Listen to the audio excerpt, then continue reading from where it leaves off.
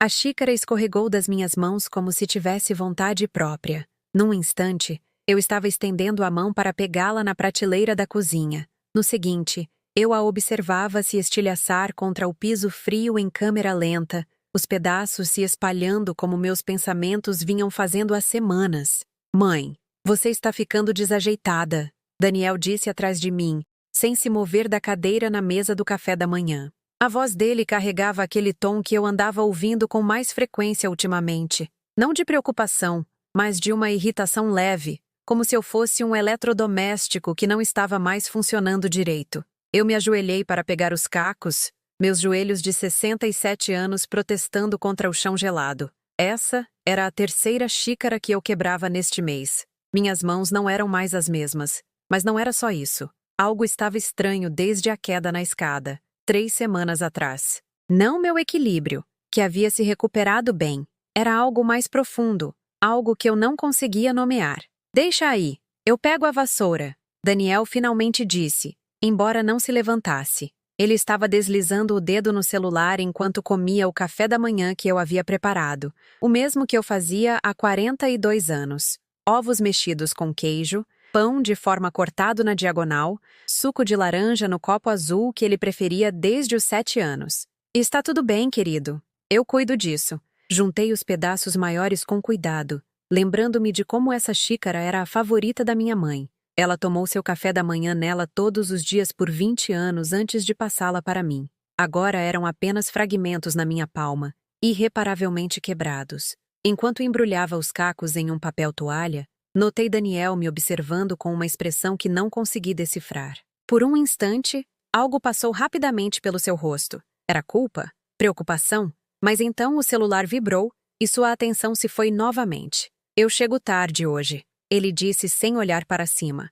Não espere o jantar por mim. Isso havia se tornado nossa rotina desde o divórcio dele, 6 meses atrás. Ele havia voltado para o quarto da infância aos 53 anos, alegando que era temporário enquanto resolvia as coisas.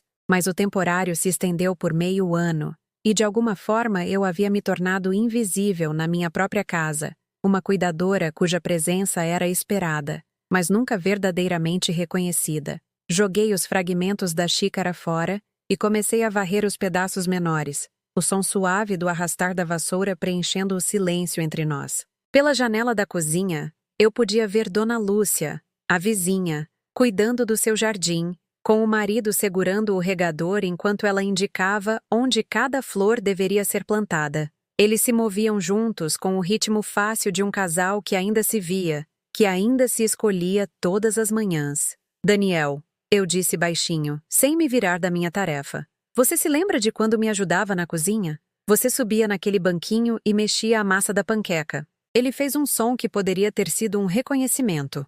Mãe, isso foi há 40 anos. Eu sei, eu só estava pensando nisso. Apoiei a vassoura no balcão e me virei para encará-lo. Às vezes me pergunto se você se lembra de alguma coisa. Das partes boas, quero dizer. Pela primeira vez naquela manhã, ele olhou diretamente para mim. Os olhos dele, os mesmos olhos verdes nos quais eu havia fitado quando ele deu seu primeiro suspiro, pareciam diferentes de alguma forma, distantes, como se estivesse olhando através de mim, e não para mim. Claro que lembro, ele disse, mas a voz estava monótona, automática. Olha, eu preciso me arrumar para o trabalho. Ele se levantou e passou por mim em direção à escada, deixando a louça na mesa. Observei-o ir, notando como ele não tocou meu ombro ao passar. Não parou para me dar um beijo na testa de despedida como costumava fazer. Quando isso tinha parado? Quando eu tinha me tornado apenas mais um móvel na casa onde o criei, a escada rangeu sob o peso dele. A mesma escada onde eu havia caído 3 semanas atrás. Eu estava descendo com uma pilha de roupa para lavar quando algo me fez perder o equilíbrio. Daniel estava na sala de estar, perto o suficiente para ouvir a pancada do meu corpo contra os degraus de madeira, perto o suficiente para ouvir meu grito de susto. Mas foi o celular que o preocupou mais. Seu celular está bem?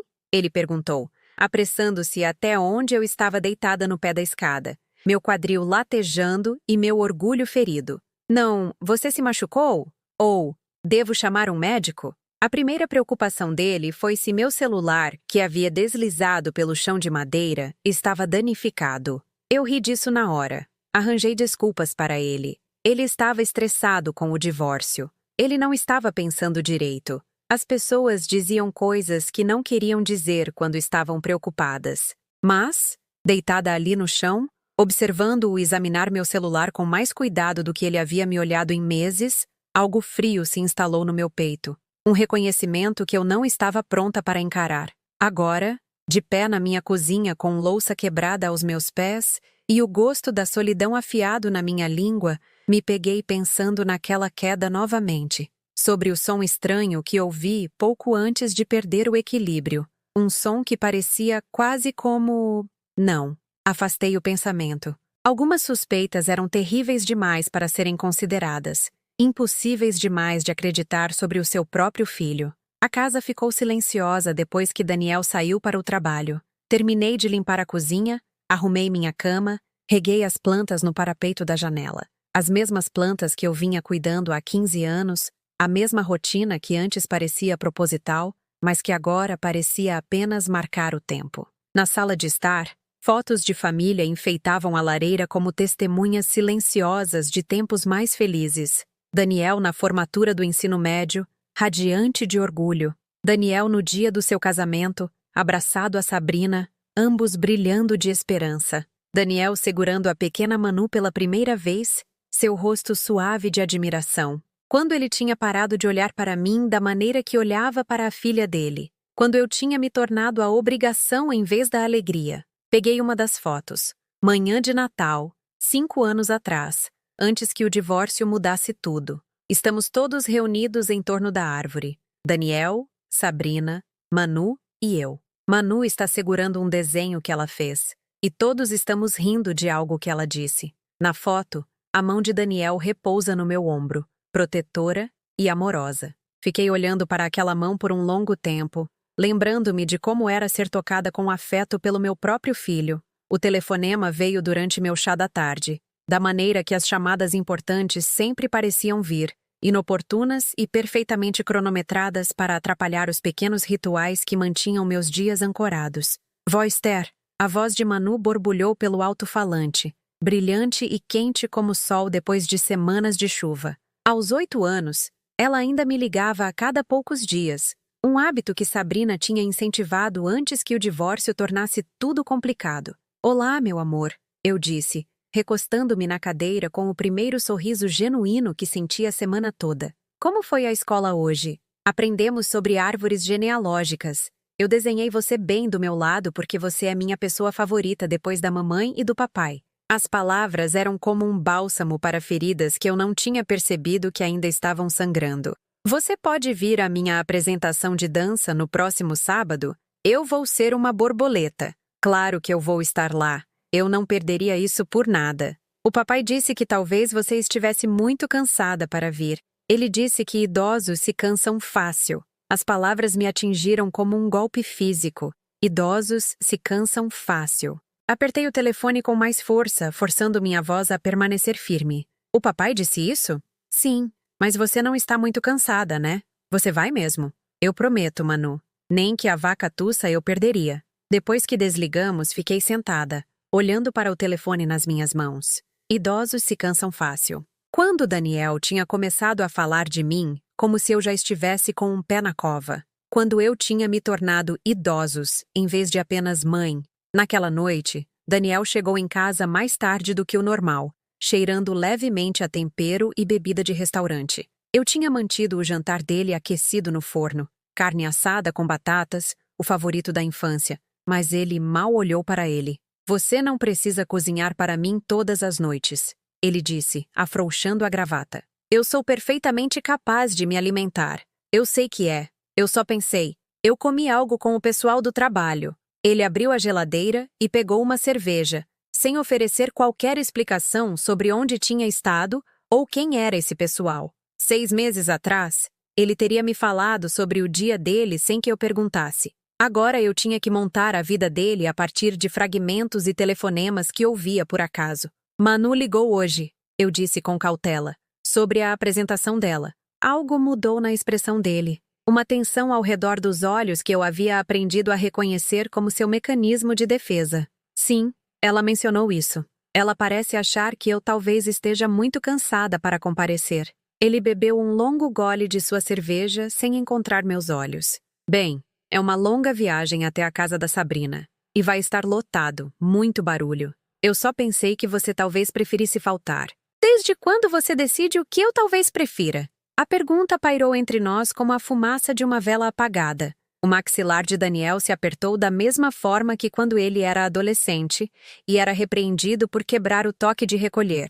Mas isso não era sobre rebeldia adolescente. Isso era sobre algo muito mais calculado. Eu não estou decidindo nada, ele disse finalmente. Estou apenas sendo realista sobre suas limitações. Limitações. A palavra ecoou na minha mente muito depois que ele subiu. Quando eu tinha me tornado alguém com limitações? Quando meu próprio filho tinha começado a me ver como um fardo a ser gerenciado em vez de uma pessoa a ser amada. Eu embrulhei o jantar intocado e o coloquei na geladeira, sabendo que ele também não o comeria amanhã. A cozinha parecia grande demais ao meu redor, cheia dos sons fantasmas das conversas que costumávamos ter, das refeições que costumávamos compartilhar, das risadas que de alguma forma tinham se perdido no caminho. A manhã seguinte trouxe outra pequena crueldade, entregue com a eficiência casual de quem se tornou especialista em causar dor sem deixar marcas visíveis. Eu estava no jardim, podando as rosas que eram meu orgulho há 20 anos, quando ouvi Daniel falando ao telefone na cozinha. A janela estava aberta, e a voz dele se propagou claramente pelo ar da manhã. Não, para ela está bom morar aqui, ele estava dizendo a alguém. Na verdade, é conveniente para mim ter alguém para manter a casa enquanto estou no trabalho. Ela cozinha, limpa, mantém tudo funcionando. Uma pausa, depois risadas. Não as risadas calorosas que eu lembrava da infância dele, mas algo mais agudo, mais calculista. Confie em mim, ela não vai a lugar nenhum. Esse arranjo funciona perfeitamente para os dois. Ela se sente útil e eu ganho serviços domésticos e refeições de graça. É um ótimo negócio para os dois. Eu fiquei muito parada entre as rosas, minha tesoura de poda esquecida nas minhas mãos. Serviços domésticos de graça. Era nisso que eu tinha me tornado para ele. Ajuda doméstica não remunerada que por acaso compartilhava o mesmo DNA. A melhor parte é que ela realmente pensa que está me ajudando. Daniel continuou, sua voz carregando aquele tom que as pessoas usam quando pensam que estão sendo espertas. Tipo, ela está me fazendo um enorme favor me deixando ficar aqui, quando na verdade, eu poderia pagar meu próprio lugar amanhã se quisesse. Mas por que eu faria isso, se esse arranjo é tão conveniente? Ele poderia pagar o próprio lugar. As palavras me atingiram como um balde de água fria. Por todos esses meses, eu tinha acreditado que ele precisava de mim, que eu estava fornecendo um apoio crucial durante um momento difícil da vida dele. Eu tinha me sentido útil, necessária, amada. Mas eu era apenas conveniente. Voltei para casa com as pernas instáveis, a revelação da manhã pesando no meu estômago como comida estragada. No banheiro, joguei água fria no rosto e encarei o reflexo que me olhava de volta. Quando meus olhos tinham ficado tão sem brilho, quando a luz tinha se apagado neles. Daniel estava se arrumando para o trabalho quando desci, ajeitando a gravata no espelho do corredor com a mesma precisão mecânica que ele aplicava a tudo agora. Eu estava pensando, eu disse, minha voz cuidadosamente casual. Talvez eu devesse começar a procurar algumas atividades para mim. Programas no centro de convivência, trabalho voluntário, esse tipo de coisa. Ele me olhou no espelho, as mãos parando na gravata. Por que você faria isso? Bem, você tem razão sobre minhas limitações. Talvez seja a hora de eu começar a agir de acordo com a minha idade. Algo brilhou no seu reflexo. Surpresa, talvez, ou preocupação de que seu arranjo conveniente pudesse estar mudando. Eu não quis dizer que você deveria se tornar uma eremita, mãe. Eu só acho que você deve ser realista sobre o que pode aguentar. Claro, realista. Eu sorri o mesmo sorriso educado que vinha usando por meses, aquele que cobria tudo que eu não deveria sentir. Tenha um bom dia no trabalho, querido. Ele saiu sem me beijar na bochecha de despedida. Mais uma pequena tradição que havia morrido sem cerimônia. Eu assisti pela janela enquanto ele saía de ré da garagem, sem olhar para a casa, sem me ver parada ali como um fantasma da mãe que ele costumava amar.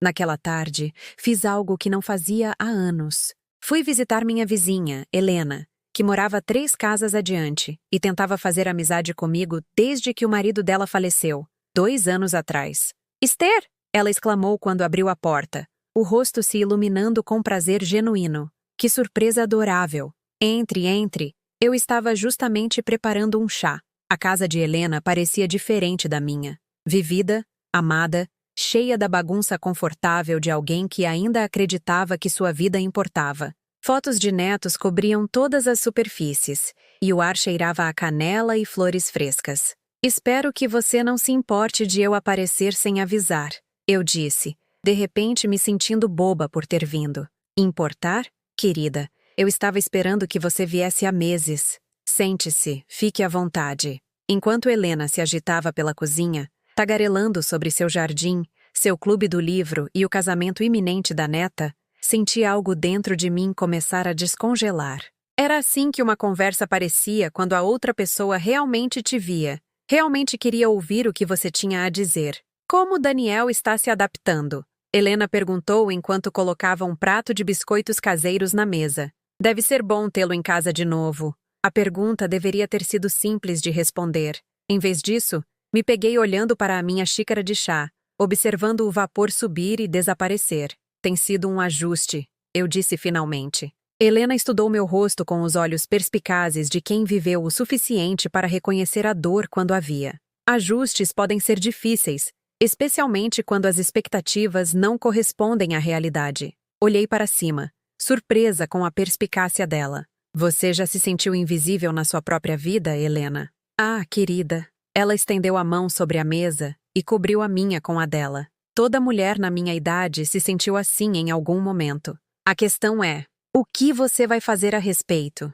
O que eu ia fazer a respeito? Pela primeira vez em meses, a pergunta não parecia avassaladora. Parecia o começo de algo. Não um fim, mas uma porta se abrindo lentamente para possibilidades que eu não tinha me permitido considerar. Voltando para casa enquanto o sol se punha atrás das árvores que ladeavam nossa rua, senti algo mudar dentro de mim. Não esperança, exatamente, mas algo mais duro e mais valioso. Determinação. Daniel poderia me ver como conveniente, gerenciável, útil apenas pelo que eu podia fornecer. Mas ele estava prestes a aprender que algumas coisas, uma vez quebradas, não podem ser facilmente consertadas. E algumas mães, uma vez despertadas, se recusam a voltar para o sono em silêncio. Na manhã da apresentação de Manu, acordei antes do amanhecer com o tipo de excitação nervosa que eu não sentia há meses. Eu tinha passado meu melhor vestido na noite anterior, azul marinho com pequenas flores, aquele que Daniel costumava dizer que fazia meus olhos brilharem. Na cozinha, preparei uma garrafa térmica de café e embalei os biscoitos caseiros que assei para Manu, embrulhando-os cuidadosamente em papel de seda com um pequeno laço. Daniel apareceu na porta enquanto eu checava minha bolsa pela 10ª vez, certificando-me de que tinha tudo o que precisava para a viagem de 2 horas até a cidade de Sabrina. Você realmente vai fazer isso? Ele perguntou, olhando para os meus preparativos com a expressão cansada de quem observa uma criança insistir em uma ideia obviamente ruim.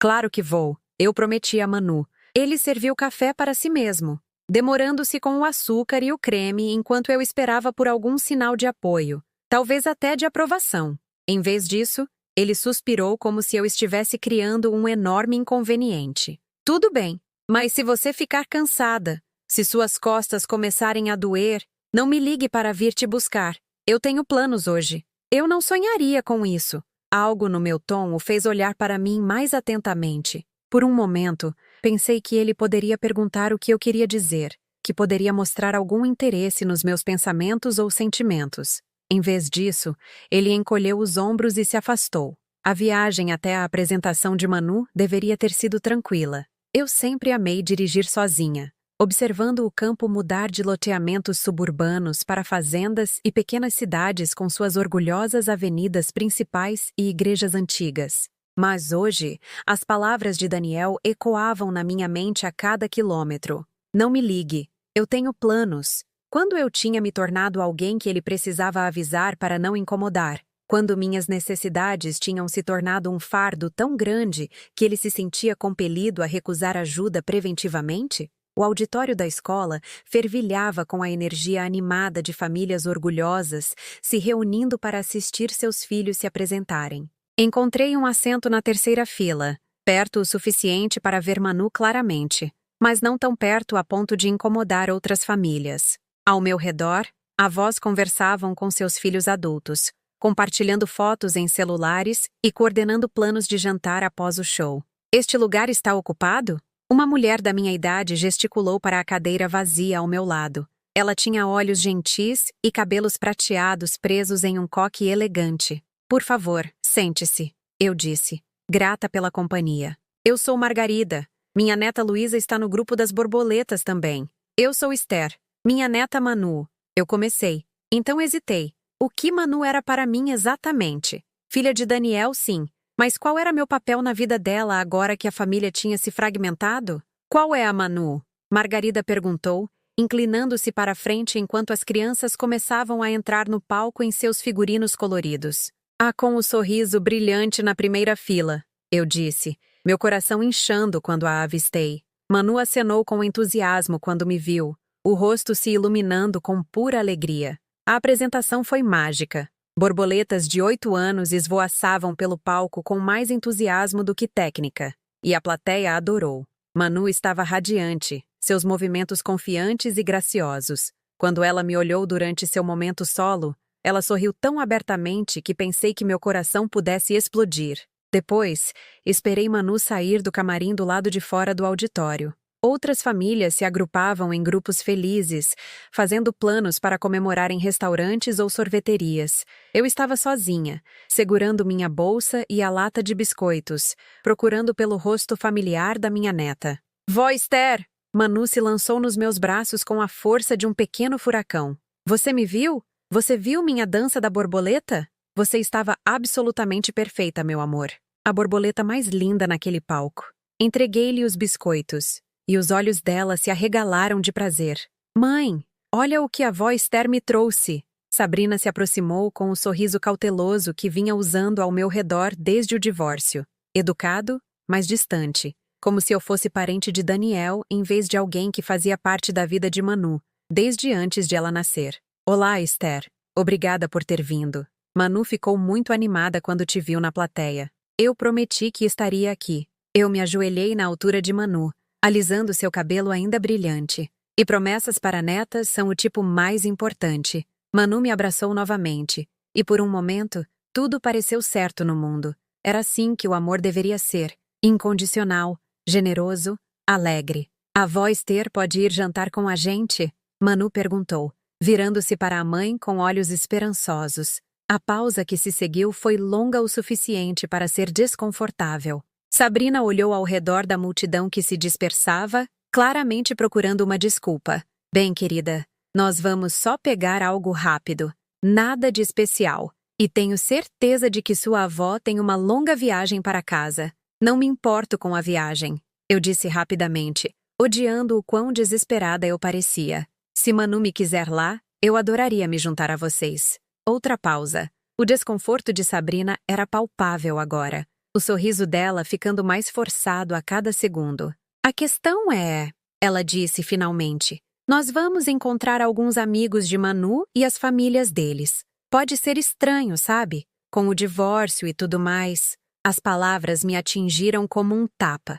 Com o divórcio e tudo mais. Como se eu estivesse de alguma forma contaminada pelo casamento fracassado do meu filho, um lembrete de tempos dolorosos que precisavam ser esquecidos, em vez de uma avó que amava Manu incondicionalmente. Eu entendo, eu disse baixinho, embora não entendesse nada. O que o divórcio de Daniel tinha a ver com meu relacionamento com Manu? Por que eu deveria ser excluída de comemorar a conquista da minha neta? O rosto de Manu caiu. Mas mamãe, talvez na próxima vez, meu amor, eu disse rapidamente, não querendo que Manu se sentisse no meio do constrangimento adulto. Vá se divertir com seus amigos. A viagem para casa passou em um borrão de mágoa e confusão. Eu ficava repetindo as palavras de Sabrina, tentando entender quando eu tinha me tornado alguém a ser excluída em vez de incluída. Alguém cuja presença criava constrangimento em vez de alegria. Em casa, a casa parecia mais vazia do que o normal. O carro de Daniel não estava na garagem. Aparentemente, seus planos misteriosos ainda estavam em andamento. Esquentei sobras de sopa e comi em pé no balcão da cozinha, cansada demais para me dar ao trabalho de pôr a mesa para uma pessoa só. O telefone tocou enquanto eu lavava minha tigela e colher únicas. Mãe! A voz de Daniel soou estranha, mais tensa do que o normal, com uma ponta que eu não consegui identificar. Olá, querido. Como foi o seu dia? Normal. Escuta, eu preciso falar com você sobre uma coisa. A Sabrina me ligou. Meu estômago gelou. Ah? Ela disse que você apareceu na apresentação de Manu sem ser convidada e tentou se inserir nos planos de jantar deles. As palavras eram tão injustas, tão completamente erradas, que por um momento eu não consegui falar. Eu fui convidada, Daniel. Manu me pediu para ir e eu prometi a ela que iria. Certo. Mas Sabrina diz que você deixou as coisas desconfortáveis ao forçar um convite para o jantar quando era claramente um evento familiar. Um evento familiar? Eu sou a avó da Manu. Você é minha mãe, ele disse, e algo no tom dele fez meu sangue gelar. A família de Sabrina é decisão dela agora. Você não pode simplesmente aparecer nos lugares e esperar ser incluída. Eu não simplesmente apareci. Fui convidada pela minha neta, que estava animada para me ver lá.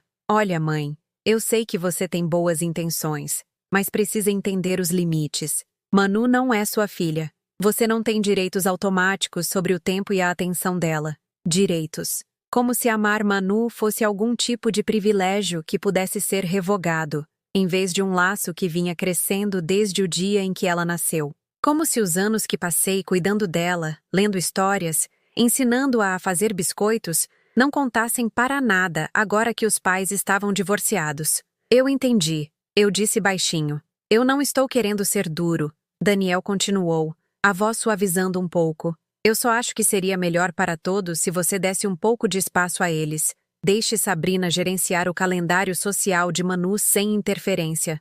Interferência. Era nisso que meu amor tinha se tornado. Interferência. Eu entendi, eu disse novamente, as palavras com gosto de cinzas na minha boca. Que bom. Fico feliz que pudemos conversar sobre isso como adultos. Depois que ele desligou, fiquei sentada na minha cozinha, ouvindo o silêncio. Lá fora, eu podia ouvir o cachorro de Dona Lúcia latindo alegremente enquanto os netos a visitavam para o jantar de domingo. Através das paredes finas que separavam nossas casas, captei fragmentos de risadas, o tilintar de pratos, o caloroso burburinho da conversa em família. Peguei meu celular e rolei até o contato de Manu. Por um momento, considerei ligar para ela, ouvir sua voz mais uma vez, antes de aceitar quaisquer limites que estivessem sendo traçados em torno do nosso relacionamento. Mas então, imaginei o rosto de Sabrina se ela soubesse que eu estava ligando. Imaginei a irritação de Daniel se Sabrina reclamasse novamente da minha interferência. Em vez disso, apaguei o número de Manu do meu celular. Foi um pequeno ato, quase imperceptível para qualquer um, exceto para mim.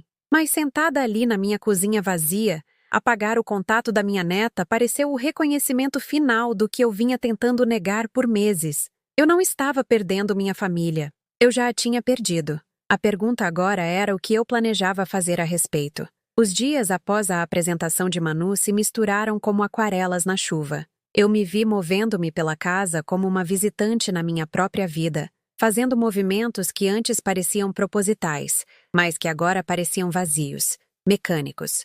A rotina de Daniel se tornou ainda mais errática. Algumas noites ele não voltava para casa, enviando mensagens de texto breves que não ofereciam explicação, ficando no Jake's hoje, ou não me espere acordada. Parei de cozinhar o jantar para dois. Parei de pôr a mesa com esperança de que pudéssemos compartilhar uma refeição e uma conversa. Em vez disso, fazia coisas simples para mim. Sopa de lata, torrada com geleia, chá que esfriava enquanto eu ficava olhando pela janela da cozinha para as vidas de outras pessoas. Helena ligou 2 vezes, me convidando para o clube do livro dela, e depois para uma reunião do jardim comunitário. Nas 2 vezes, encontrei desculpas para não ir. O esforço de fingir ser social, de sorrir e manter uma conversa fiada enquanto meu coração parecia estar envolto em algodão, parecia impossível. Melhor ficar em casa, cuidar das minhas rosas, evitar as perguntas embaraçosas sobre como Daniel estava se ajustando e se eu estava gostando de tê-lo de volta em casa. As rosas estavam morrendo. Notei isso em uma manhã de quinta-feira, quando o frio do final do outono havia se instalado permanentemente no jardim. As flores, que tinham sido meu orgulho durante todo o verão, estavam marrons nas bordas, suas pétalas espalhadas no chão como confetes de uma celebração que eu havia perdido. Eu me ajoelhei entre elas com minha tesoura de poda, cortando o crescimento morto com mais força do que o necessário. Você está matando elas, eu sussurrei para mim mesma, e imediatamente me senti boba por falar com flores. Mas as palavras pairaram no ar da manhã de qualquer maneira, carregadas de um significado que eu não estava pronta para examinar.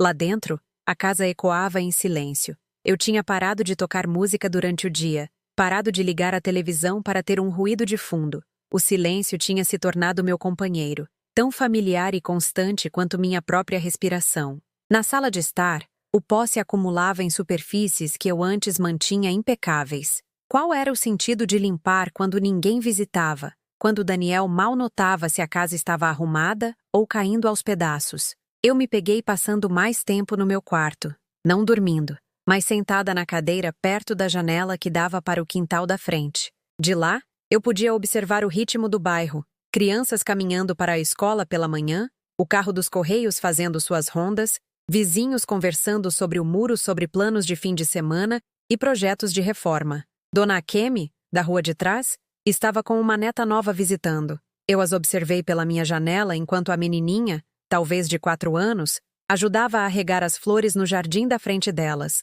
Dona Akemi segurava o regador enquanto a criança dirigia o spray com concentração séria, as duas rindo quando a água espirrava em seus sapatos. A cena era tão terna, tão natural, que observá-la parecia pressionar um hematoma. Essa tinha sido eu uma vez, com Daniel quando ele era pequeno. Ele insistia em ajudar com tudo: cozinhar, limpar, jardinagem. Mesmo quando a ajuda dele fazia as tarefas demorarem o dobro do tempo. Eu tinha sido paciente então, entendendo que o relacionamento importava mais do que a eficiência, que momentos compartilhados eram mais valiosos do que resultados perfeitos. Agora, eu não conseguia me lembrar da última vez que Daniel e eu fizemos algo juntos, exceto existir no mesmo espaço, circulando um ao outro como estranhos educados no saguão de um hotel. Os álbuns de fotos desceram da prateleira do armário em uma tarde chuvosa de terça-feira. Eu não olhava para eles há anos. Não queria habitar o passado quando ainda acreditava que o futuro tinha promessas.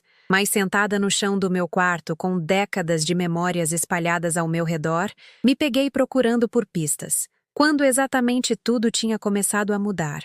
Aqui estava Daniel aos 6, com a janelinha e sorrindo enquanto exibia a casa na árvore que construímos juntos no quintal. Aos 10, sério e orgulhoso em seu uniforme do time de futebol de salão, o braço em volta da minha cintura enquanto posávamos após o seu primeiro gol. Aos 16, relutantemente me permitindo tirar fotos antes do baile de formatura, revirando os olhos, mas sorrindo apesar de si mesmo. As fotos do casamento eram mais difíceis de olhar. Daniel e Sabrina no dia do casamento, cercados por familiares e amigos, todos brilhando de felicidade e esperança. Lá estava eu na primeira fila, vestindo meu melhor vestido e meu maior sorriso, parecendo qualquer mãe orgulhosa do noivo. Eu tinha sido ingênua então? Ou o amor de Daniel por mim ainda era real? Quando exatamente eu tinha me tornado um inconveniente em vez de uma bênção? As fotos de bebê de Manu quase me quebraram. Daniel segurando a filha recém-nascida com tanta ternura, tanto assombro, que era difícil conciliar aquele homem com o estranho que agora morava na minha casa. E lá estava eu em tantas daquelas fotos antigas, dando a primeira comida sólida a Manu, lendo para ela na antiga cadeira de balanço, ensinando-a a andar no quintal enquanto Daniel capturava cada passo cambaleante na câmera. Éramos uma família então, quebrada pelo divórcio talvez, complicada por decepções adultas e sonhos fracassados, mas ainda conectada pelo amor e pela história compartilhada. O que havia acontecido com essa conexão? Para onde o amor ia quando morria, evaporava como água ou se transformava em outra coisa, algo mais duro e amargo? Fechei os álbuns e os coloquei de volta no armário, mas mantive uma foto na minha mesa de cabeceira. Manu aos 3 anos, farinha no cabelo e massa de biscoito de chocolate nos dedos, sorrindo para a câmera enquanto eu estava ajoelhada ao lado dela na cozinha. Foi a última foto que me lembrei de Daniel tirando de nós duas juntas, de quando minha presença na vida de Manu era bem-vinda em vez de meramente tolerada. O telefone parou de tocar.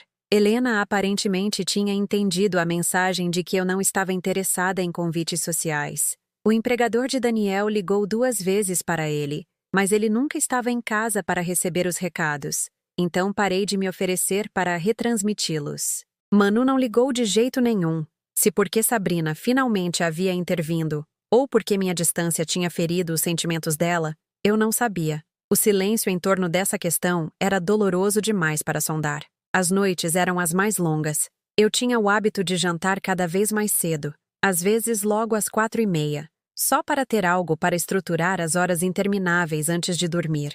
Eu comia em pé no balcão da cozinha, ou sentada na copa onde podia observar os pássaros no comedouro do lado de fora da janela. Pardais na maioria das vezes, com o cardeal ocasional que brilhava como uma gota de sangue contra o céu cinzento de outono. Daniel geralmente aparecia por volta das 9 ou 10, movendo-se pela casa como se estivesse verificando uma propriedade em vez de voltando para casa. Ele pegava algo na geladeira, talvez assistisse televisão por 1 hora com o volume baixo, depois desaparecia no andar de cima para o quarto dele. Às vezes, eu o ouvia no telefone, a voz dele muito baixa para distinguir as palavras, mas animada o suficiente para sugerir que estava falando com alguém que realmente o interessava. Alguém cuja conversa ele valorizava. Eu me perguntava quem era essa pessoa.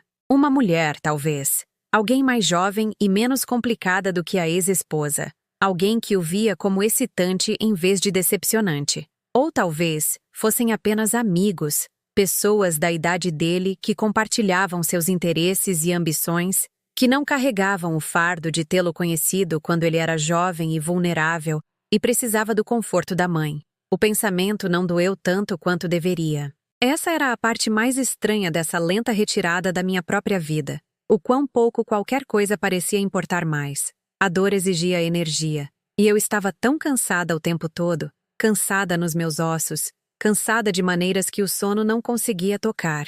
Na sexta-feira à noite, ouvi Daniel chegar em casa mais cedo do que o normal, a chave dele girando na fechadura enquanto eu lavava meu único prato de jantar. Ele apareceu na porta da cozinha com uma expressão que eu não conseguia decifrar. Não exatamente culpado, mas algo perto disso.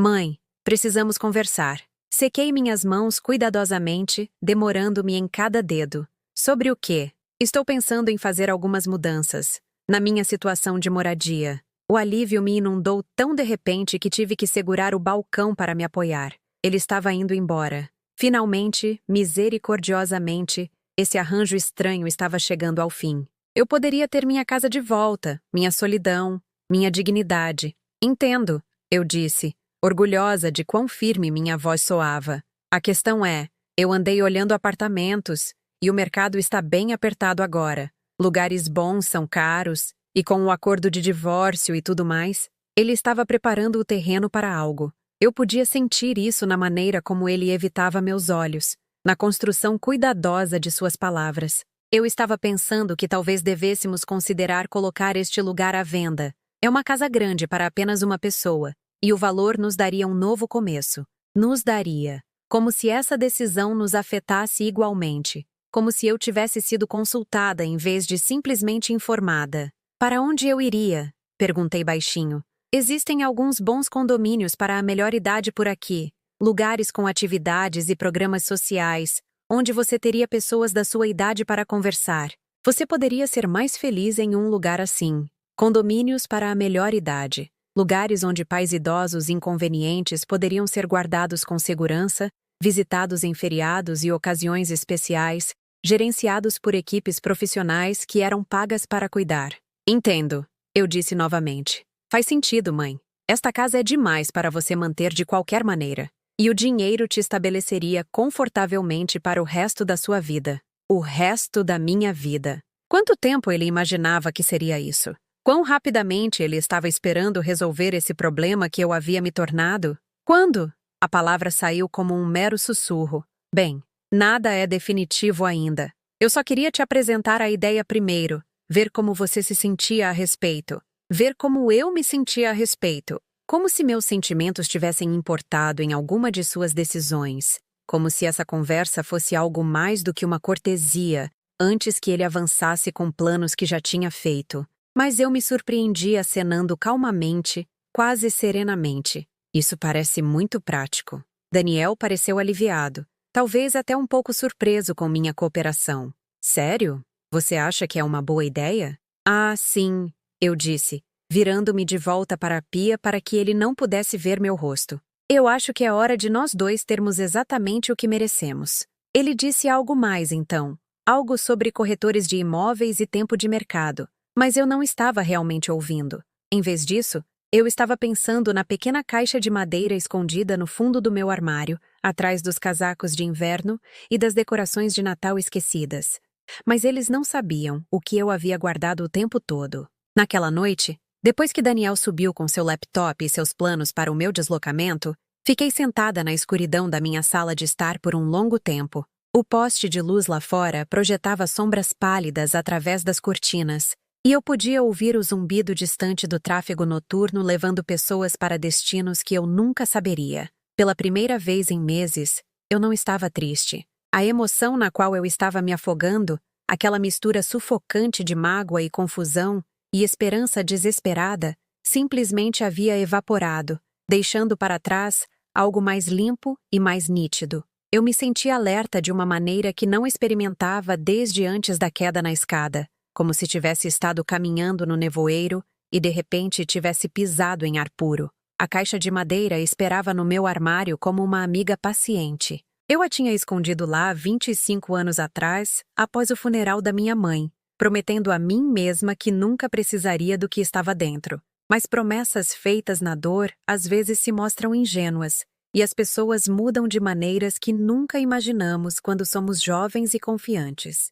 Subi as escadas em silêncio, ouvindo sons vindos do quarto de Daniel. A televisão dele estava ligada, algum programa de entrevistas de fim de noite que fornecia ruído de fundo para o que quer que ele estivesse realmente fazendo no laptop. Provavelmente pesquisando corretores de imóveis ou condomínios para idosos, fazendo listas e cálculos que reduziam minha vida a entradas em planilhas. A caixa estava exatamente onde eu a tinha deixado, embrulhada em um dos lenços antigos da minha mãe. Levei-a para baixo, para a mesa da cozinha, e me sentei sob a luz quente do pendente que meu pai havia instalado 40 anos atrás, quando esta casa estava cheia de amor e risadas, e o tipo de esperança que sobrevive à decepção. Dentro da caixa havia cartas, dezenas delas, amarradas com uma fita que havia desbotado de azul para cinza ao longo das décadas. Cartas de amor, escritas na caligrafia cuidadosa de um jovem que passou 4 anos fora do país, sentindo falta da garota que havia deixado para trás. As cartas do meu pai para minha mãe durante a guerra, salvas e guardadas até o dia em que ela morreu. Eu as tinha lido apenas uma vez antes, na noite após o funeral dela, quando a dor me deixou desesperada para me sentir conectada a algo maior do que minha própria perda. Agora, desamarrei a fita com mãos firmes e selecionei uma ao acaso, datada de 15 de março de 1943. Minha querida Eleonora, ela começava, na voz de um homem que eu mal conheci como adulto, cuja ternura em tempo de guerra havia sido enterrada sob décadas de trabalhar demais e se preocupar demais. Eu sonhei com sua risada na noite passada, a maneira como ela borbulha quando você acha algo verdadeiramente engraçado. Quando eu voltar para casa, vou fazer você rir todos os dias. Eu te prometo isso. Ele havia cumprido essa promessa? Tentei me lembrar do casamento dos meus pais através de olhos adultos, em vez da perspectiva limitada de uma criança. Sim, havia risadas. Mesmo durante os anos difíceis, quando papai tinha 2 empregos e mamãe fazia costura para ajudar nas despesas, havia alegria. Eles se escolheram todos os dias por 52 anos, através de decepções e fracassos, e das pequenas crueldades que a vida impõe a todos. Eles enfrentaram as dificuldades como parceiros, não como adversários. Quando papai perdeu o emprego na fábrica, mamãe não sugeriu que ele era um fardo ou procurou maneiras de gerenciá-lo com mais eficiência. Quando a artrite da mamãe dificultou o trabalho doméstico, papai aprendeu a cozinhar e limpar sem reclamar, entendendo que amar significava adaptar-se em vez de abandonar. Selecionei outra carta, esta de mais tarde na guerra, quando a unidade do meu pai estava estacionada na Itália. Às vezes me pergunto se estou lembrando de você errado, ele havia escrito. Se a ausência está me fazendo imaginar que você é mais bonita, mais perfeita do que qualquer mulher real poderia ser. Então eu olho para sua fotografia e percebo que não estou lembrando o suficiente. Nenhuma foto poderia capturar a maneira como você se move em um cômodo, como se estivesse dançando ao som de uma música que só você pode ouvir, ou a maneira como você morde o lábio inferior quando está pensando profundamente sobre algo importante. As palavras me fizeram sorrir, não com tristeza pelo que foi perdido, mas com o reconhecimento do que tinha sido real. Meu pai tinha visto minha mãe claramente. A tinha amado não apesar de suas imperfeições, mas por causa da pessoa completa que ela era. Ele escreveu sobre a inteligência dela, sua bondade, sua péssima culinária e sua bela voz de canto, suas opiniões teimosas e seu coração generoso. Quando alguém tinha me visto assim pela última vez? Quando alguém tinha olhado para mim e notado os detalhes que me tornavam unicamente eu, em vez de apenas preencher um papel na vida deles? Eu pensei em Daniel, aquele homem quebrado que havia dispensado a esposa por correio de voz. Pensei no meu próprio casamento com o pai de Daniel, Roberto, que tinha sido gentil, mas nunca apaixonado, confortável, mas nunca excitante. Roberto tinha sido um bom homem que me via como uma boa mulher, adequada para a vida que ele tinha imaginado para si mesmo, mas eu não conseguia me lembrar dele escrevendo sobre minha risada ou a maneira como eu me movia em um cômodo. Talvez fosse por isso que Daniel achava tão fácil me descartar agora. Eu nunca tinha sido insubstituível para o pai dele. Nunca havia modelado o tipo de amor que tornava o abandono impensável. Eu tinha sido uma esposa adequada, uma mãe competente, uma presença confiável, todas qualidades admiráveis, mas nenhuma delas particularmente memorável ou lamentável quando as circunstâncias mudavam. Li mais cartas, observando o namoro dos meus pais se desenrolar ao longo de anos de separação e incerteza.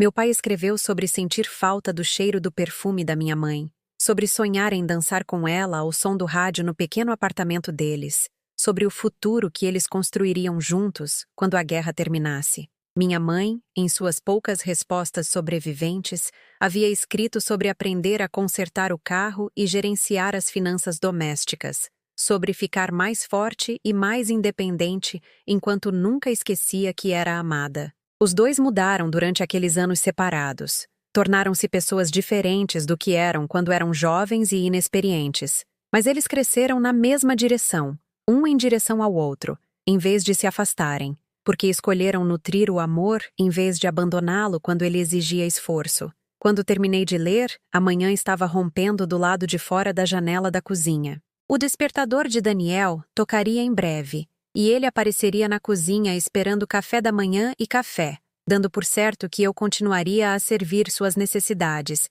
mesmo enquanto ele planejava se livrar de mim.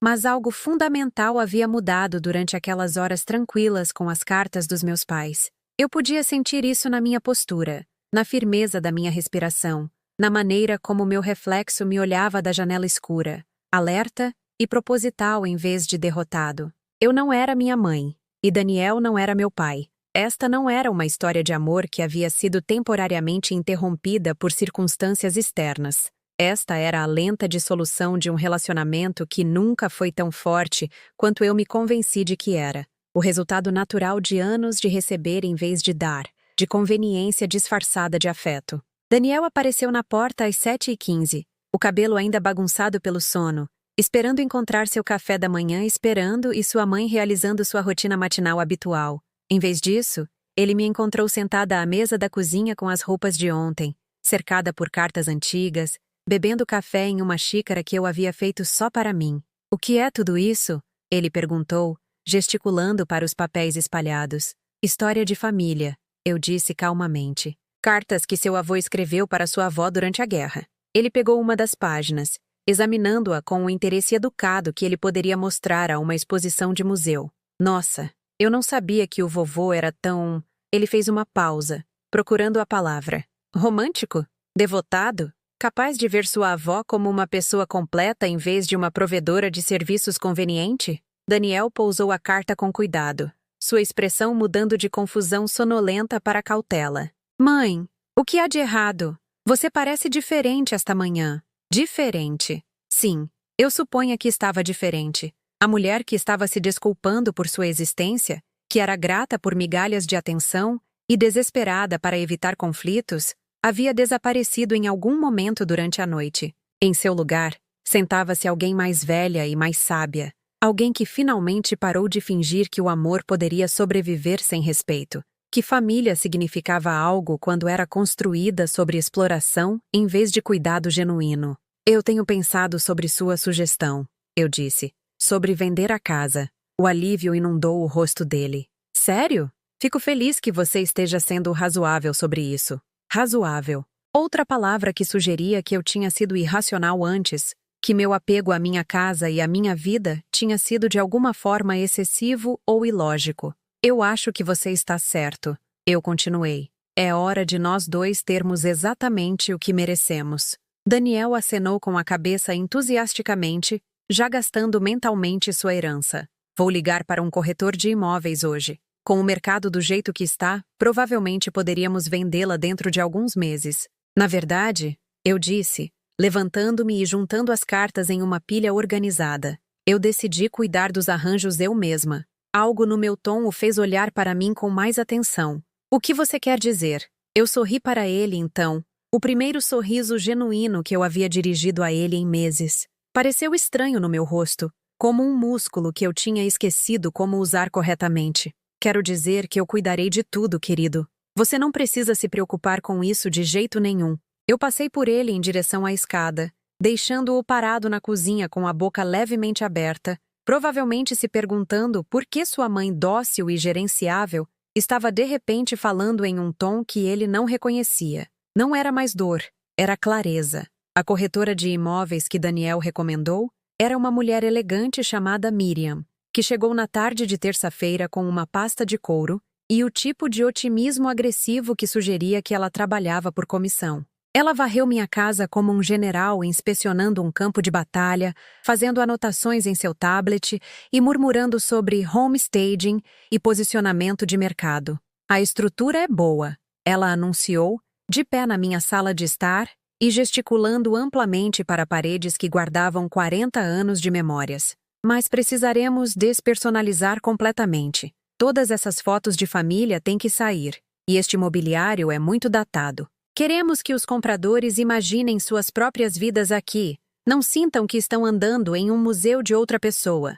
Daniel concordou entusiasticamente de sua posição perto da lareira, como se as fotografias que ela estava dispensando tão casualmente não fossem a documentação de sua própria infância, sua própria história. Em quanto tempo você pode ter tudo desocupado? Miriam perguntou, virando-se para mim com a eficiência concisa de alguém acostumada a gerenciar proprietários idosos através de grandes transições de vida. Ah, eu vou precisar de algum tempo para organizar as coisas, eu disse com calma. 40 anos de acúmulo, você entende? Claro, mas realmente devemos visar ter a casa pronta para o mercado dentro de 3 semanas. A temporada de vendas de outono não dura para sempre. 3 semanas. Como se uma vida inteira de pertencer a um lugar pudesse ser desmantelada e descartada em menos tempo do que levava para planejar férias. Vou fazer o meu melhor, eu assegurei a ela. Depois que ela saiu, Daniel ficou na cozinha enquanto eu começava os preparativos para o jantar.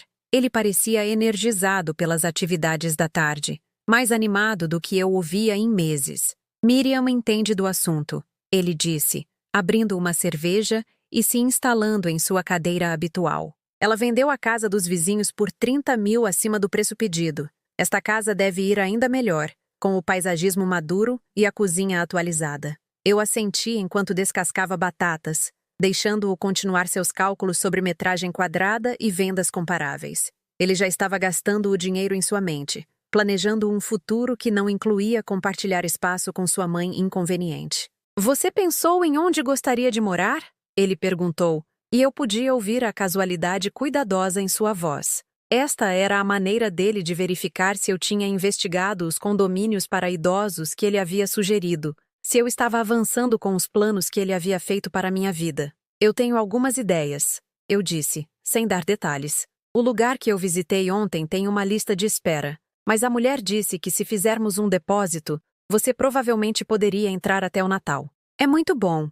Eles têm atividades todos os dias, serviço de transporte para o supermercado, até mesmo um pequeno salão de beleza no local. Uma lista de espera. Ele não apenas pesquisou condomínios para idosos, mas realmente visitou um e discutiu minha potencial residência com a equipe. A eficiência de seu planejamento era de tirar o fôlego em sua insensibilidade. Isso é muito minucioso da sua parte. Algo no meu tom o fez desviar o olhar do telefone. Eu só quero ter certeza de que você está sendo cuidada, mãe. Essas decisões são mais fáceis quando você tem tempo para planejar em vez de esperar por uma crise. Crise. Como se o meu envelhecimento fosse um desastre natural para o qual ele estava se preparando, em vez de uma parte normal da existência humana que as famílias geralmente navegavam juntas. Você é muito atencioso, eu disse, e quis dizer isso de maneiras que ele não conseguia entender. Nos dias que se seguiram, comecei o que Daniel presumiu ser o processo de preparação para a nossa mudança. Eu revirei armários e gavetas, fazendo pilhas organizadas de itens para doação, descarte ou para guardar. Mas meu trabalho real acontecia depois que ele saía para suas noites cada vez mais frequentes, quando eu tinha privacidade para fazer os telefonemas que importariam. A primeira ligação foi para Dr. Jaime Almeida, o advogado que cuidou do espólio da minha mãe e do meu próprio testamento anos atrás. Jaime estava semi-aposentado agora, mas ainda atendia clientes de longa data, e sua voz carregava a familiaridade calorosa de alguém que conhecia minha família há décadas. Esther Morrison, ele disse com prazer genuíno. Não tenho notícias suas há anos. Como posso ajudá-la? Eu preciso discutir algumas mudanças no meu testamento, Jaime, e tenho dúvidas sobre direito de propriedade. Claro. Você gostaria de vir ao escritório? Ou prefere que eu a visite em casa? Na verdade, acho que seria melhor se nos encontrássemos em um lugar neutro. Você conhece o Café do Zeca na avenida principal? Combinamos de nos encontrar na manhã de quinta-feira às 10, um horário em que Daniel estaria seguramente no trabalho e improvável de notar minha ausência. A segunda ligação foi mais difícil. O número de Sabrina ainda estava no meu telefone, embora eu não o tivesse usado desde a noite em que apaguei o contato de Manu em um momento de resignação de coração partido. Esther? Sabrina soou surpresa, talvez até preocupada. Está tudo bem? Daniel está bem? A suposição automática de que eu só ligaria em caso de emergência me atingiu, mas mantive minha voz firme. Está tudo bem com todos, querida. Eu estava me perguntando se você teria tempo para um café esta semana. Só nós duas. Uma longa pausa. Bem, sim. Suponho que seria bom. Há algo específico que você queira discutir? Nada urgente. Eu só pensei que era hora de termos uma conversa de verdade. Combinamos na sexta-feira à tarde em um café perto do escritório dela. Território neutro, onde nenhuma de nós se sentiria presa ou desconfortável. A terceira ligação exigiu mais coragem do que as duas primeiras juntas. A escola de Manu tinha um número de secretaria, e eu havia aprendido em conversas anteriores com Sabrina que Manu almoçava às 11h30 todos os dias. Escola Fundamental, nome da escola. Aqui é a secretária. Olá, aqui é a avó de Manu, Esther. Eu estava esperando que a senhora pudesse dar um recado para ela. Claro. É sobre a hora de buscar? Não, nada disso. A senhora poderia, por favor, dizer a ela que a avó Esther ligou para dizer que a ama muito e pensa nela todos os dias? Uma pausa. Então a voz da secretária suavizou consideravelmente. Claro, senhora. Vou garantir que ela receba essa mensagem logo após o almoço. Obrigada. Isso significa mais do que a senhora imagina. A manhã de quinta-feira chegou cinzenta e garoando. O tipo de clima que fazia tudo parecer temporário e incerto. O café do Zeca estava quase vazio às 10 horas, ocupado apenas por alguns aposentados lendo jornais e uma jovem mãe tentando convencer seu filho pequeno de que a banana dele ainda era de fato uma banana, apesar de ter sido cortada em pedacinhos. Dr. Jaime chegou precisamente na hora, carregando a mesma pasta de couro que usava desde que eu o conhecia. O cabelo dele tinha ficado completamente branco desde o nosso último encontro, mas os olhos estavam tão perspicazes como sempre, e seu aperto de mão transmitia calor e competência. Você parece bem, Esther. Ele disse enquanto nos acomodávamos em um canto. Como você está se virando sozinha? Na verdade, não estou sozinha. Daniel voltou a morar comigo depois do divórcio. Dr. Jaime assentiu pensativamente. Deve ser bom ter a família por perto. Algo na minha expressão deve ter contradito minhas palavras, porque ele se inclinou ligeiramente para a frente, seus instintos de advogado ativados. Mas não é por isso que você me chamou, é? Não, não é. Respirei fundo, me preparando para a conversa que colocaria tudo em movimento. Jaime, eu preciso entender minhas opções em relação à casa. Se Daniel quisesse vendê-la, ele poderia me forçar a fazer isso? Absolutamente não. A propriedade está registrada unicamente em seu nome, desde que Roberto faleceu. Daniel não tem nenhuma reivindicação legal sobre ela, de forma alguma. Mesmo que eu fosse declarada incapaz de alguma forma, as sobrancelhas de Dr. Jaime se ergueram. Há alguma razão para acreditar que alguém possa buscar um processo de curatela contra você? Porque com base nesta conversa, eu diria que você é mais lúcida do que a maioria das pessoas com metade da sua idade. Não creio que chegaremos a isso, mas quero estar preparada para todas as possibilidades. Passamos a próxima hora discutindo direito de propriedade, planejamento sucessório e as várias maneiras pelas quais filhos adultos às vezes tentavam manipular pais idosos a tomar decisões que beneficiavam a geração mais jovem, às custas da mais velha. Jaime tinha visto de tudo. Ele me garantiu. E as proteções legais para proprietários eram mais fortes do que muitas pessoas percebiam. Há algo mais que você gostaria de me contar, Esther? Ele perguntou enquanto nossa reunião chegava ao fim. Às vezes, ajuda ter uma parte neutra para entender a situação completa. Considerei a oferta dele, mas depois balancei a cabeça. Ainda não, mas talvez eu precise ligar para você novamente em breve. A qualquer hora. E, Esther? O que quer que você esteja planejando, seja cuidadosa, disputas familiares por dinheiro podem ficar muito feias muito rapidamente. Eu sei, eu disse. Mas às vezes o feio é preferível ao invisível. Naquela noite, Daniel chegou em casa mais cedo do que o normal. O humor dele estava exultante de uma forma que me deixou imediatamente desconfiada. Ele chegou a assobiar enquanto pegava uma cerveja na geladeira e sentou-se à mesa da cozinha em vez de desaparecer imediatamente no andar de cima. Boas notícias, ele anunciou.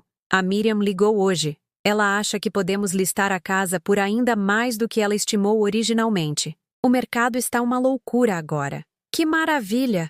Ela quer trazer um fotógrafo na próxima semana para tirar as fotos de divulgação. Então, precisaremos ter todas as suas coisas pessoais liberadas até lá. Próxima semana.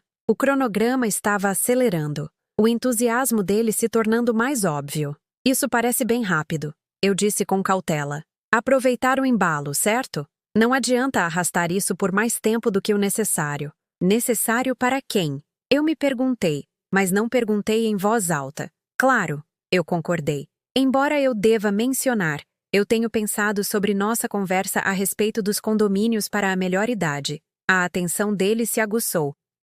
O que sobre isso? Bem, eu percebi que tenho sido um pouco ingênua sobre as realidades financeiras. Mudar para um desses lugares é bem caro, não é? Os bons são sim. Mas mãe, você terá muito dinheiro com a venda da casa. Mais do que suficiente para viver confortavelmente pelo resto da sua vida. O resto da minha vida. Lá estava de novo. Aquela frase que reduzia meu futuro a um prazo gerenciável. Um problema com um fim previsível. Suponho que você esteja certo. Eu disse. Embora eu estivesse me perguntando sobre uma coisa. O que é? Encontrei os olhos dele diretamente. Minha voz perfeitamente calma, perfeitamente razoável. Eu estava me perguntando exatamente quando você parou de me amar. A pergunta pairou no ar entre nós como um fio desencapado. O rosto de Daniel passou por uma série de expressões. Surpresa, culpa, irritação e, finalmente, aquela máscara cuidadosamente neutra que ele havia aperfeiçoado nos últimos meses. Mãe, isso é uma coisa ridícula de se dizer. Claro que eu te amo. Você ama? Você é minha mãe. Isso não é a mesma coisa, é? Por um longo momento, nós simplesmente nos olhamos através da mesa da cozinha, onde eu o havia alimentado milhares de refeições, onde eu o havia ajudado com o dever de casa e ouvido seus desamores adolescentes e celebrado seus sucessos. Em algum lugar naquele olhar, Eu vi o momento exato em que ele percebeu que sua mãe gerenciável e previsível havia sido substituída por alguém que talvez não fosse tão fácil de controlar. Provavelmente deveríamos descansar um pouco, ele disse finalmente. Amanhã será um dia agitado. Sim, eu pensei enquanto ele se afastava. Amanhã seria de fato muito agitado. A tarde de sexta-feira me encontrou sentada em frente a Sabrina em um café que cheirava a grãos de café torrados e doces frescos, observando minha ex-nora mexer no guardanapo enquanto tentava entender por que eu havia solicitado esta reunião. Ela parecia cansada da maneira que mães solteiras sempre parecem, seu blazer profissional ligeiramente amassado e sua maquiagem retocada às pressas no carro. Apesar de tudo o que havia acontecido, senti uma onda de simpatia por ela. Obrigada por ter vindo, eu disse, mexendo o mel no meu chá com calma deliberada. Eu sei que seu tempo é precioso. Claro. Embora eu deva admitir, eu não tinha certeza do que você queria discutir. A voz de Sabrina carregava a cortesia cuidadosa que ela havia aperfeiçoado desde o divórcio. Respeitosa, mas distante, reconhecendo nossa história compartilhada sem se comprometer com um futuro compartilhado. Manu, principalmente. E Daniel. E algumas coisas que eu acho que você merece saber. Algo no meu tom a fez pousar a xícara de café e me dar total atenção. Daniel está com algum tipo de problema? Não do tipo que você está pensando. Eu peguei minha bolsa e tirei um pequeno gravador digital, do tipo que advogados usam para depoimentos. Antes de conversarmos, preciso te perguntar uma coisa. Você se lembra do dia em que você e Daniel me contaram sobre o divórcio? O rosto de Sabrina suavizou-se ligeiramente. Sim, você foi tão gentil a respeito, tão compreensiva. Você disse que só queria que nós dois fôssemos felizes. Eu quis dizer isso. Mas há algo mais que eu disse naquele dia. Algo que não tenho certeza se você ouviu claramente. Eu apertei o play no gravador, e minha própria voz preencheu o espaço entre nós, capturada de uma conversa de 6 meses atrás, que parecia uma vida inteira. Se você precisar de algo para Manu, qualquer coisa, por favor, não hesite em me ligar. Eu sei que o divórcio muda as coisas entre você e Daniel, mas não muda o fato de que eu sou a avó de Manu e a amo incondicionalmente. E Sabrina ouviu a reprodução com crescente confusão. Esther, eu me lembro de você dizer isso. Eu fui grata por isso. Então talvez você possa explicar por que Manu não foi autorizada a me ligar desde a apresentação. Por que você disse a ela que eu estava muito velha e cansada para fazer parte das celebrações dela? A cor sumiu do rosto de Sabrina. Do que você está falando? Eu nunca disse nada assim. Eu peguei meu celular e rolei até a gravação que eu tinha feito da ligação de Manu semanas atrás. Aquela onde ela havia repetido inocentemente as palavras do pai. A expressão de Sabrina ficou mais chocada a cada frase, enquanto ela ouvia a filha explicar que o papai disse que idosos se cansam fácil, que a avó Esther provavelmente não aguentaria eventos lotados ou longas viagens. Daniel disse isso a ela? A voz de Sabrina era quase um sussurro. Entre outras coisas. Eu toquei outra gravação, esta da conversa por telefone onde Daniel havia me acusado de interferir na vida de Manu, de ultrapassar limites e deixar Sabrina desconfortável. Sabrina ouviu com a mão sobre a boca, balançando a cabeça em descrença. Esther, eu nunca reclamei de você. Nunca. Na verdade, eu estava preocupada com você, me perguntando por que você parecia estar se afastando da Manu.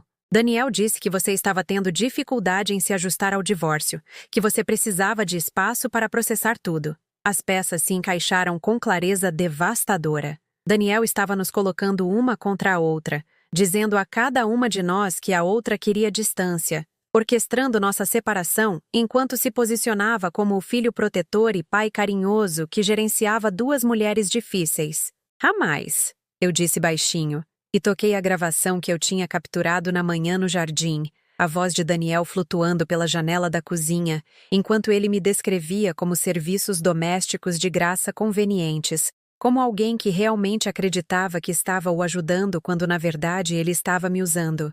Sabrina parecia fisicamente doente. Meu Deus, Esther, eu não tinha ideia. Eu pensei, ele me disse que você queria se concentrar nos seus próprios interesses, agora que ele estava de volta em casa, que ter Manu por perto te lembrava muito o casamento fracassado dele. A única coisa que o casamento fracassado dele me lembrou, eu disse gentilmente, foi o quanto eu sentia falta da minha neta na minha vida. Sentamos em silêncio por vários minutos, enquanto Sabrina processava o escopo das manipulações de Daniel. Quando ela finalmente falou, sua voz estava embargada de raiva e culpa. Há quanto tempo ele está fazendo isso? Mentindo para nós duas? Eu suspeito que começou logo depois que ele voltou a morar aqui, talvez até antes de o divórcio ser finalizado. Eu fiz uma pausa, reunindo coragem para o que viria a seguir. Sabrina, há outra coisa, algo pior.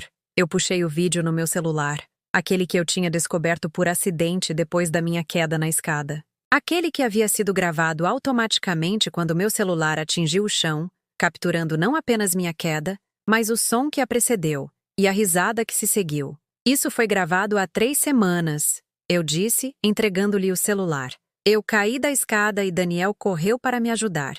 Ou assim eu pensei. Sabrina assistiu ao breve vídeo com horror crescente. Você podia ouvir meu grito de susto quando perdi o equilíbrio, o som do meu corpo batendo nos degraus de madeira, e então, claro como o dia, a risada de Daniel. Não risada preocupada, não risada nervosa, mas o som frio e divertido de alguém assistindo a algo que achava engraçado. Ele estava rindo, Sabrina sussurrou. Enquanto você estava machucada, ele estava rindo. O telefone começou a gravar quando atingiu o chão. Eu só descobri este vídeo dias depois, quando estava olhando minha galeria de fotos. Minha voz permaneceu firme, objetiva.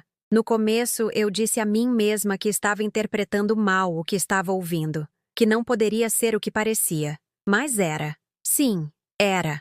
Sabrina me devolveu o celular com as mãos trêmulas. Esther, sinto muito. Eu não tinha ideia de que Daniel era capaz de esse nível de crueldade. Eu também não acho que sabia, de verdade. Eu passei meses dando desculpas para ele, dizendo a mim mesma que ele estava apenas estressado com o divórcio, que ele acabaria se lembrando de como amar a mãe novamente. Eu guardei o celular de volta na minha bolsa com precisão cuidadosa.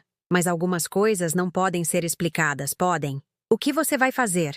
Eu vou dar a ele exatamente o que ele quer, eu disse. E exatamente o que ele merece. Naquela noite, preparei a refeição favorita de Daniel, carne assada com batatas assadas, o mesmo jantar que eu fazia para o aniversário dele todos os anos desde que ele tinha 7 anos. Coloquei a mesa com nossa louça boa, o conjunto que minha mãe havia me passado, e até acendi velas como se estivéssemos comemorando algo especial. Daniel chegou em casa e encontrou esta elaborada refeição, esperando por ele, e pela primeira vez em meses, ele sorriu para mim com algo próximo a um calor genuíno.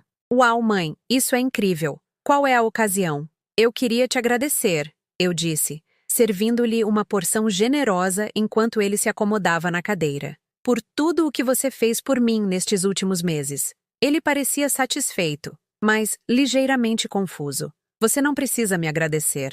Eu sou seu filho. Sim, você é. Eu me sentei em frente a ele com minha própria pequena porção. E eu sou sua mãe. É por isso que eu preciso te dizer algo importante. Claro, o que você está pensando? Eu peguei no meu bolso e tirei o gravador digital, colocando-o na mesa entre nós como um centro de mesa. A expressão de Daniel mudou de satisfação relaxada para cautela. Eu tenho pensado sobre nossa conversa a respeito da venda da casa. Comecei conversacionalmente. Sobre condomínios para idosos e minhas limitações, e garantir que nós dois tenhamos o que merecemos. Ok. O garfo de Daniel parou no meio do caminho até a boca. Eu percebi que tenho sido muito ingênua sobre muitas coisas.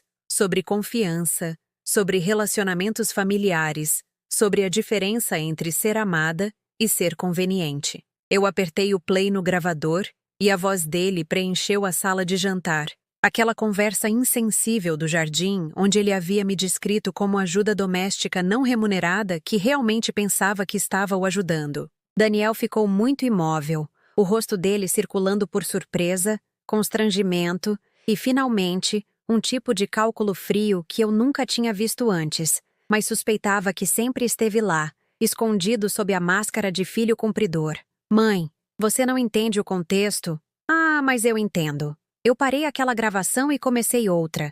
A risada dele do dia em que caí da escada. O som era ainda mais arrepiante na sala de jantar silenciosa. ecoando nas paredes onde as fotos da escola e de família dele testemunhavam sua crueldade. Isso não é... Eu não estava rindo de você caindo. Eu estava... Tinha algo na TV. Daniel! Minha voz cortou sua gagueira com autoridade calma. Pare de mentir. Já passamos disso. Ele pousou o garfo e recostou-se na cadeira. E pela primeira vez desde seu retorno, eu o vi claramente. Não o filho em luto para quem eu estava dando desculpas, mas o homem calculista que ele havia se tornado. Tudo bem, ele disse, sua voz assumindo aquele tom monótono e profissional que eu o ouvia usar em telefonemas com pessoas que ele considerava inferiores a ele. O que você quer? Eu quero que você arrume suas coisas e saia da minha casa. Hoje à noite. Ah, sua casa? Ele riu, mas era feio agora. Nada como a risada calorosa que eu lembrava da infância dele. Mãe, seja realista. Você não pode manter este lugar sozinha. Você precisa de mim. Na verdade, não preciso. Eu me levantei e caminhei até o balcão da cozinha, onde eu havia deixado vários documentos que Dr. Jaime Almeida havia preparado para mim. Estas são cópias da escritura da propriedade, registros fiscais e documentos de hipoteca que mostram que esta casa é completamente minha. Você não tem nenhuma reivindicação legal sobre ela, de forma alguma. Eu sou seu herdeiro. Você era meu herdeiro. Eu entreguei-lhe outro documento. Este é o meu novo testamento, protocolado ontem. A casa e todos os meus bens agora vão para o Fundo de Educação de Manu, com Sabrina como curadora. O silêncio que se seguiu foi ensurdecedor. O rosto de Daniel passou por uma série de expressões. Choque, fúria, descrença, antes de se fixar em algo frio e calculista que eu nunca tinha visto antes, mas suspeitava que sempre esteve lá, escondido sob a máscara de filho cumpridor. Você não pode fazer isso. Eu já fiz. Eu juntei os documentos com as mãos firmes. Você tem até amanhã de manhã para pegar seus pertences. Depois disso, eu vou trocar as chaves. Eu sou seu filho, ele disse, a voz dele subindo com raiva desesperada. Você não pode simplesmente me expulsar como um estranho. Você parou de ser meu filho no dia em que começou a me ver como uma provedora de serviços conveniente, em vez de um ser humano que merecia seu amor e respeito. Eu encontrei os olhos dele diretamente, minha voz calma e final. Amanhã de manhã, Daniel, não torne isso mais difícil do que precisa ser. Enquanto eu caminhava em direção à escada, ouvi-o chamar por mim, a voz dele embargada com o que poderia ter sido pânico genuíno. Mãe, por favor, podemos resolver isso. Eu nunca quis dizer, eu estava apenas frustrado com o divórcio, com tudo desmoronando. Eu não quis dizer nada daquilo. Eu parei no pé da escada e me virei para olhar para ele pela última vez. Este homem que eu havia criado e amado e sacrificado, que havia retribuído essa devoção com crueldade calculada. A parte mais triste, Daniel, é que eu não acho que você esteja mentindo agora. Eu acho que você realmente acredita nas suas próprias desculpas. Mas algumas feridas cortam fundo demais para curar, e alguma confiança, uma vez quebrada, nunca pode ser reparada. Eu subi e tranquei a porta do meu quarto, ouvindo os sons dele se movendo pela casa abaixo, abrindo gavetas, fazendo telefonemas, talvez finalmente entendendo que o arranjo conveniente que ele havia dado por certo estava terminando não no tempo dele, mas no meu. Daniel saiu na manhã seguinte enquanto eu estava regando minhas rosas no jardim da frente. Eu observei por trás da cortina de jasmim trepadeira enquanto ele carregava seus pertences no carro, com os movimentos eficientes de alguém que estava planejando essa partida por mais tempo do que admitiria. 3 viagens da casa para o porta-malas e 43 anos de ser mãe dele foi reduzido ao que cabia em um sedã. Ele não bateu na porta para se despedir, não deixou um bilhete ou tentou uma conversa final. Ele simplesmente foi embora, e eu me senti estranhamente grata pelo silêncio dele. Alguns finais são mais limpos sem palavras, sem as falsas promessas e desculpas vazias que só servem para fazer a pessoa que está indo embora se sentir melhor consigo mesma. Eu terminei de cuidar das minhas rosas, cortando as flores mortas, alimentando as raízes, preparando-as para a dormência do inverno, enquanto o chaveiro que eu havia chamado trabalhava trocando as chaves da casa. Ao meio-dia, minha casa verdadeiramente pertencia a mim novamente, protegida por novas fechaduras e o tipo de paz que vem de não compartilhar mais espaço com alguém que te vê como um inconveniente. O telefone tocou 3 vezes naquela tarde. A primeira ligação foi de um número que eu não reconheci, provavelmente Daniel, ligando do escritório ou do telefone de um amigo, testando se eu atenderia se não soubesse que era ele. Eu deixei cair na caixa postal e apaguei a mensagem sem ouvir. A segunda ligação foi de Helena, minha vizinha, cuja voz borbulhava com o tipo de excitação que sugeria boas notícias. Esther, querida, acabei de ver Daniel carregando o carro dele esta manhã. Isso significa que você finalmente está livre para se juntar ao meu clube do livro? Estamos lendo o romance mais maravilhoso sobre uma mulher que reinventa a vida depois que os filhos crescem e a esquecem. Eu sorri com a ironia. Sim, Helena, eu acho que gostaria muito disso. Maravilhoso! Nós nos reunimos nas terças-feiras à noite às 7. E Esther? Fico tão feliz que você finalmente está se colocando em primeiro lugar. A terceira ligação veio justamente quando eu estava preparando o jantar para uma pessoa. Uma salada simples com vegetais da minha horta. Comida na mesa da cozinha enquanto eu observava o pôr do sol pintar meu quintal em tons de dourado e âmbar. Vó Esther? A voz de Manu estava pequena e incerta, como se ela não tivesse certeza se tinha permissão para ligar. Olá, meu amor, eu disse, meu coração se elevando de maneiras que eu tinha esquecido que eram possíveis. Como foi a escola hoje? A mamãe disse que eu posso te ligar a qualquer hora que eu quiser agora. Ela disse que houve um grande mal-entendido, e o papai estava sendo mal com você, e ela sentiu muito por ter acreditado nele em vez de conversar com você ela mesma. Da boca das crianças. Sua mamãe é uma mulher muito sábia. Você ainda está brava com o papai? A mamãe diz que às vezes os adultos fazem coisas que machucam pessoas que eles amam, e às vezes pedir desculpas não é o suficiente para consertar. Eu considerei como responder a isso honestamente sem sobrecarregar uma criança de 8 anos com o peso total das decepções adultas. Eu não estou mais brava, Manu. Ficar brava dá muito trabalho, e eu decidi gastar minha energia em pessoas que me fazem feliz em vez disso. Tipo eu? Especialmente você. Conversamos por 20 minutos sobre o dia dela na escola, sua próxima fantasia de Halloween, a festa de aniversário da amiga Luísa no próximo fim de semana. Conversa normal, maravilhosa, de avó e neta que parecia voltar a pisar no sol depois de meses vivendo sob nuvens. Vó Esther, posso te visitar no próximo fim de semana? A mamãe diz que me leva se você quiser companhia. Eu adoraria isso mais do que tudo, meu amor. Nós vamos assar biscoitos e ler histórias e talvez trabalhar na horta juntas. Depois que desligamos, sentei-me na minha cozinha ouvindo a casa se acalmar ao meu redor. Os rangidos e suspiros familiares de um lar que havia abrigado 3 gerações da minha família, que havia testemunhado nascimentos e mortes, celebrações e tristezas, toda a progressão bagunçada e bonita da vida humana. Pela primeira vez em meses, o silêncio parecia pacífico em vez de vazio. As semanas que se seguiram estabeleceram novos ritmos, padrões mais saudáveis que me lembraram quem eu era quando não estava ocupada me desculpando pela minha existência. O clube do livro de Helena se tornou um destaque das terças-feiras à noite, cheio de discussões ponderadas e o tipo de risada que vem de mulheres que viveram o suficiente para encontrar humor nas absurdidades da vida. Eu me ofereci como voluntária na biblioteca da escola de Manu, lendo para crianças do jardim de infância que ouviam com a atenção absorta que as crianças reservam para histórias contadas por alguém que genuinamente as ama. A bibliotecária, professora Rosana, mencionou que havia notado uma melhora imediata na atitude de vários alunos em relação à leitura após minhas sessões. Você tem um dom, ela disse em uma tarde de quinta-feira enquanto reorganizávamos livros ilustrados. Você já pensou em dar aulas? Eu não tinha pensado, mas a ideia se plantou na minha mente como uma semente esperando a estação certa para crescer. Manu visitava a cada 2 fins de semana, chegando nas tardes de sexta-feira com malas de pernoite e energia suficiente para abastecer uma cidade pequena. Estabelecemos nossas próprias tradições. Panquecas de sábado de manhã em forma de borboletas. Trabalho na horta à tarde onde ela aprendia os nomes de cada flor e erva que eu cultivava. Hora da história à noite onde ela praticava a leitura para mim com a concentração séria de quem está dominando uma habilidade importante. Eu vou ser professora como você quando crescer.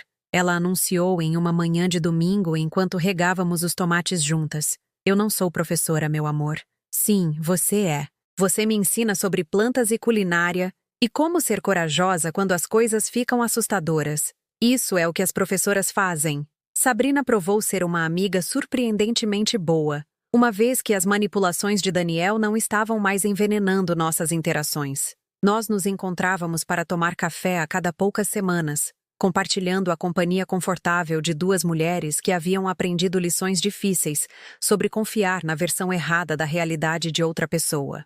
Eu fico pensando que eu deveria ter percebido as mentiras dele antes, ela disse em uma tarde enquanto observávamos Manu brincar no parquinho ao ar livre do café. Como você poderia saber? Ele estava dizendo a cada uma de nós exatamente o que esperávamos ouvir, que a outra pessoa estava se afastando, que ele estava nos protegendo de verdades desconfortáveis. Foi uma manipulação sofisticada. Você acha que ele realmente amou alguma de nós? Eu considerei a pergunta enquanto Manu demonstrava suas habilidades na barra de macacos, para nossa aprovação. Eu acho que ele amou a ideia de nós. Eu era a mãe devotada que o fazia se sentir importante. E você era a esposa perfeita que o fazia parecer bem-sucedido. Mas o amor exige ver alguém como ela realmente é, não apenas como ela serve às suas necessidades. Quando você percebeu isso? Na noite em que li as cartas antigas dos meus pais. Meu pai escreveu sobre minha mãe como se ela fosse fascinante, como se ele mal pudesse esperar para descobrir coisas novas sobre a personalidade e os pensamentos dela. Daniel nunca olhou para mim dessa forma. Eu era apenas a mãe, previsível, gerenciável, útil. 3 meses após a partida de Daniel, recebi uma carta dele. Não um telefonema ou uma mensagem de texto, mas uma carta escrita à mão, entregue pelo serviço postal. A caligrafia dele era tão cuidadosa e controlada quanto eu lembrava dos trabalhos de casa da infância. Querida mãe, ela começava. Eu tenho pensado muito desde a nossa conversa, e percebo que devo um pedido de desculpas. O divórcio foi mais difícil para mim do que eu queria admitir, e eu descontei minhas frustrações na pessoa que menos merecia. Você foi nada além de gentil e solidária, e eu retribuí essa gentileza com egoísmo e crueldade. Eu entendo por que você sentiu que precisava me pedir para sair, e eu respeito sua decisão sobre a casa e o testamento. Eu espero que um dia você considere me dar uma chance de provar que eu posso ser o filho que você merece, mas também entendo se esse dia nunca chegar. Alguns erros são grandes demais para perdoar, e eu cometi mais do que a minha parte. Quero que você saiba que Manu pergunta por você constantemente, e eu disse a ela que ela deve te ligar sempre que quiser. Quaisquer problemas que você e eu tenhamos não devem afetar o relacionamento dela com a avó que a ama tanto. Eu espero que você esteja feliz, mãe. Eu espero que você esteja encontrando a paz que você merece. Foi assinada simplesmente Daniel, sem o com amor que havia encerrado suas cartas para a casa da faculdade, sem qualquer presunção de afeto que ele não tinha mais o direito de reivindicar.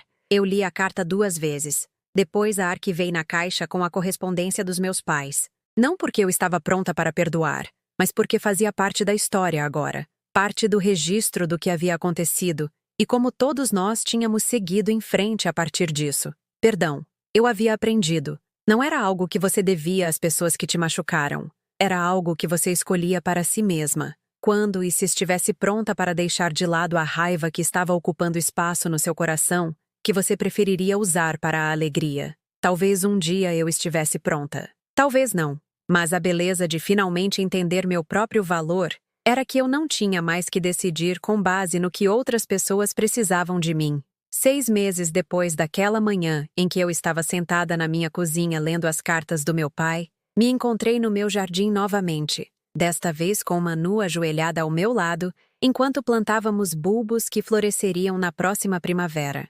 Narcisos e tulipas, açafrões e jacintos, flores que iriam romper as dificuldades do inverno para anunciar que a vida persiste, que a beleza retorna, que os finais podem ser começos se você for corajoso o suficiente para plantar sementes no escuro. Por que colocamos elas na terra agora se elas só vão crescer na primavera? Manu perguntou, suas mãozinhas colocando cuidadosamente cada bulbo nos buracos que cavamos juntas. Porque algumas coisas precisam de tempo no escuro antes de poderem florescer.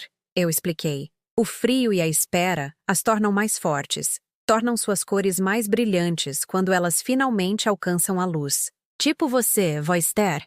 Olhei para esta sábia criança de 8 anos. Esta criança que via a verdade com a clareza que vem de ainda não ter aprendido a dar desculpas para a crueldade. E senti meu coração se expandir com gratidão pelas segundas chances que a vida oferece quando você é corajoso o suficiente para reivindicá-las. Sim, meu amor. Exatamente como eu. Enquanto trabalhávamos juntas no solo rico e escuro, pensei sobre o silêncio que antes parecia tão pesado na minha casa, tão cheio de palavras que deveriam ter sido ditas, e amor que deveria ter sido compartilhado. Aquele silêncio era diferente agora. Não vazio, mas cheio. Cheio de possibilidades que eu não tinha ousado imaginar. Relacionamentos que eu não tinha tido coragem de nutrir. Sonhos que eu tinha esquecido que tinha permissão para ter.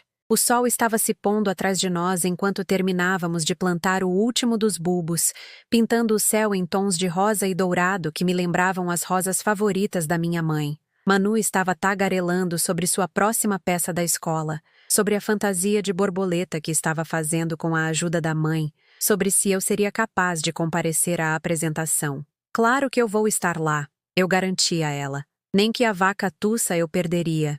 E enquanto recolhíamos nossas ferramentas de jardinagem e entrávamos para lavar a terra das nossas mãos, percebi que finalmente havia aprendido a diferença entre o silêncio do isolamento e o silêncio da paz. Às vezes, o silêncio é a verdade mais alta.